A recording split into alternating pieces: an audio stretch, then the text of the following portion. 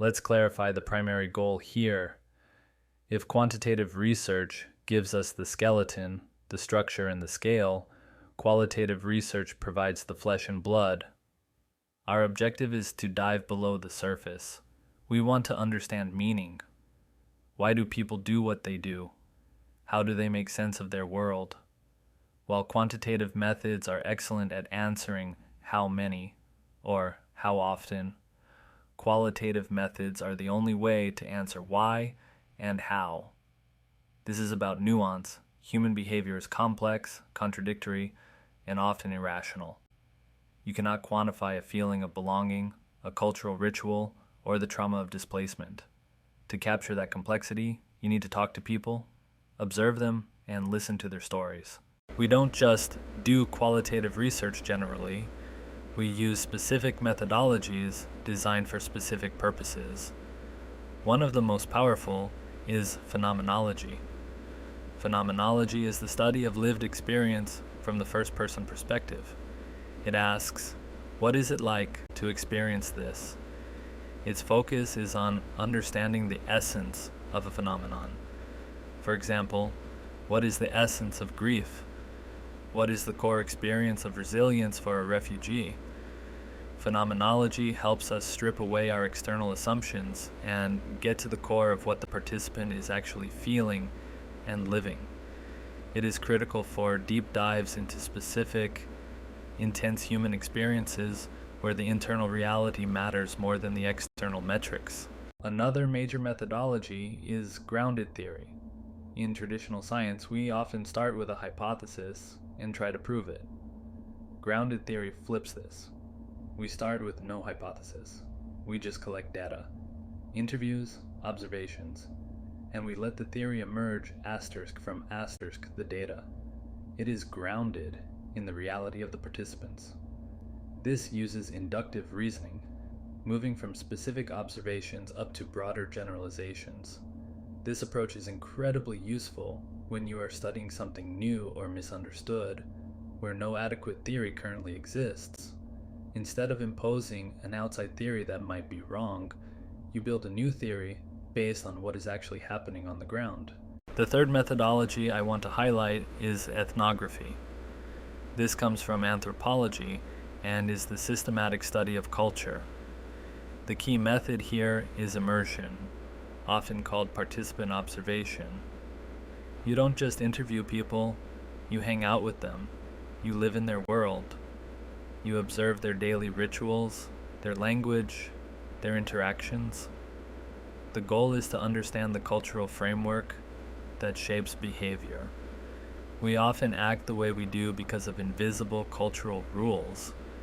Ethnography makes those invisible rules visible. You cannot understand a community's health choices or educational outcomes without understanding the culture they are swimming in. Qualitative research is also a primary vehicle for a larger political project, Decentralizing academe. For too long, the university, the ivory tower, has been seen as the only place where valid knowledge is produced. We are shifting that. By emphasizing participatory and indigenous qualitative approaches, we are moving knowledge production out into the community. We are validating community knowledge, the wisdom of elders, practitioners, and locals, as equal to academic expertise. A grandmother who has lived in a neighborhood for 50 years knows things about that system that a PhD student will never find in a library. Qualitative research gives us the tools to access and honor that knowledge. Within this movement, indigenous methodologies are vital to understand, even for non-indigenous researchers. They teach us that research is fundamentally relational, not transactional.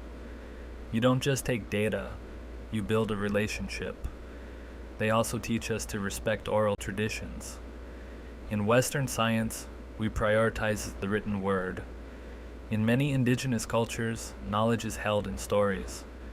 We must learn to treat storytelling and oral history as valid, rigorous data sources. Finally, we must follow protocol. Communities have their own rules about who owns knowledge, who can share it, and how it should be used. Respecting these protocols is not just polite, it is an ethical requirement of doing rigorous work. Now, a common critique of qualitative work is, how do we know it's true? Is it valid? The problem is that traditional terms like internal validity or replicability come from the lab, and they don't fit the messy world of human experience. You can't replicate a conversation perfectly, so we reimagine validity as trustworthiness. We don't ask if a study is statistically valid. We ask if it is trustworthy. This framework, developed largely by Lincoln and Guba, replaces the old terms. Instead of internal validity, we seek credibility. Instead of generalizability, we seek transferability. Instead of reliability, we seek dependability. These are our metrics for rigor. So, how do we build this trustworthiness? We have specific techniques.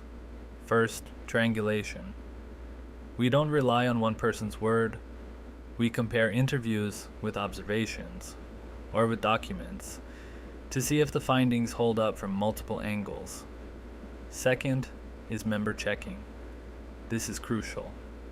We take our findings back to the participants and say, "This is what I heard you say. Did I get it right?" This ensures we aren't misinterpreting their reality. And third is thick description. This means we don't just summarize. We provide deep, detailed descriptions of the context and the interactions. This allows the reader to step into the setting and evaluate for themselves whether our conclusions make sense. Finally, the cornerstone of qualitative rigor is reflexivity.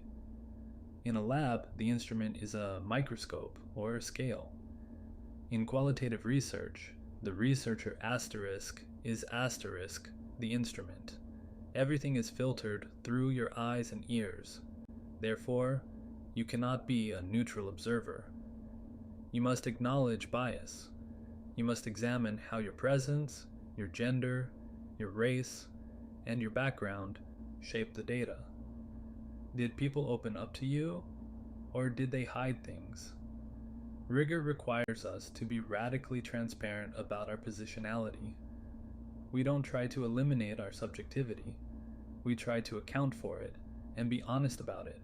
To summarize Lesson 3.2, we prioritize context above all else, using methods like phenomenology and ethnography to honor lived experience. We actively work to decentralize the academy by validating community and indigenous knowledge systems as authoritative. And we maintain high standards of rigor, not by mimicking statistical validity, but by building trustworthiness through triangulation, member checking, and deep reflexivity.